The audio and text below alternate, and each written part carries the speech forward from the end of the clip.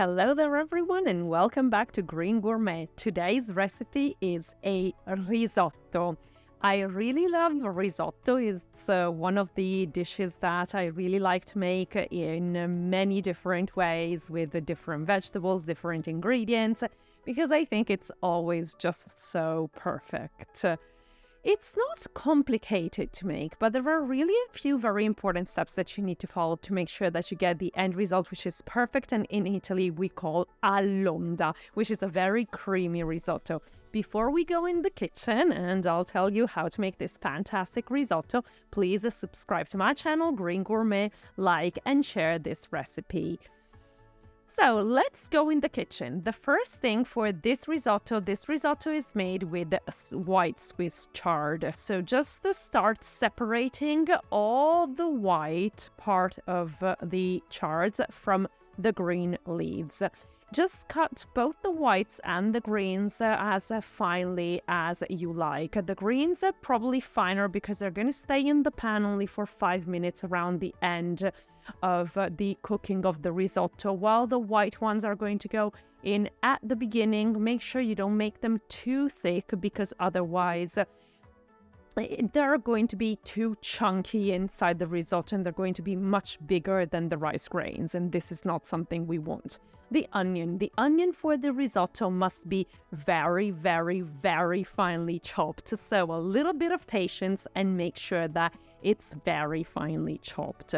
In this risotto, we are going to use some sage, and I used dried sage from my dad's garden, so it became a little bit of a mess trying to chop it very finely, but you can use fresh sage or even the already ground sage. And then, of course, we go to our pan. We add extra virgin olive oil and garlic and the sage, and we start roasting all of these ingredients slowly. After a while, when we are going to start smelling the fantastic smell of the garlic and sage, it means that we're ready to put the onion in the pan. And this is exactly where the onion goes in. And we start cooking it on a fairly slow flame. We also add the tomato paste, which is what's going to give this rice a nice color touch, and we keep cooking for a while. At this point, we are ready to add the rice. You're going to have to toast the rice in the pan. This is one of the crucial parts of a risotto. Make sure that you use Carnaroli rice. Carnaroli rice is a type of short grain rice which has a high starch content, which allows the risotto to become creamier once it's cooked. Another type of rice you can use is arborio rice, but the best rice from the point of view of us Italians is Carnaroli. Once you've toasted the rice properly, then it's time to add the white wine, and make sure that the flame at that point is fairly high because you're going to want to glaze the rice and have the wine evaporate fairly quickly. At this point, you are ready to add the veggies, and we are going to start with the white part of the Swiss chard. And once we have incorporated in the rice, we start adding the broth. The broth in risotto needs to be added very little at a time. You don't have to soak the risotto in the vegetable broth. It needs to be completely absorbed before you add the next part of the broth.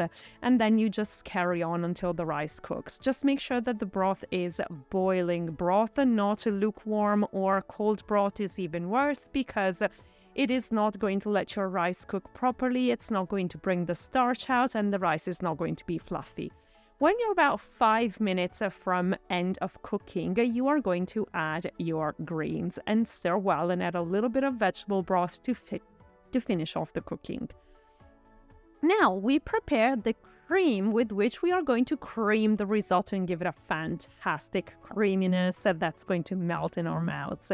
It's made with cannellini beans, with nutritional yeast and olive oil. Make sure that you actually blend it very, very, very well until it is super smooth, because we need this to cream the risotto instead of the butter, which is going to make it healthier, but especially it's going to give this rice that kick of a flavor, which is going to be fantastic. And just add all of it. And then you start mixing your risotto. And as you can see, it becomes creamier and creamier and creamier. And if you've done your job properly with the vegetable broth by adding it little by little and adding it when it's very hot, this is what your risotto is going to look like. It's going to be nice and fluffy, and it's going to be super creamy. It's all'onda, exactly as we call it in Italy and exactly as we love to serve a risotto. In Italy, we love our risotto to be very, very soft. This is what I would call a gourmet risotto. So I'm not going to tell you that it's going to take 5 minutes to make it. It's going to take more than that. So probably it's not the kind of thing that you're going to make when you come back home after a full day's work. It's the kind of thing that you're going to make when you want to treat yourself or your guests to something special, because it's delicious and it's al bacio. If you don't try it, you're missing out. I hope you like this recipe and let me know what you think about it. And if I did leave you longing for more, subscribe to my channel, Green Gourmet.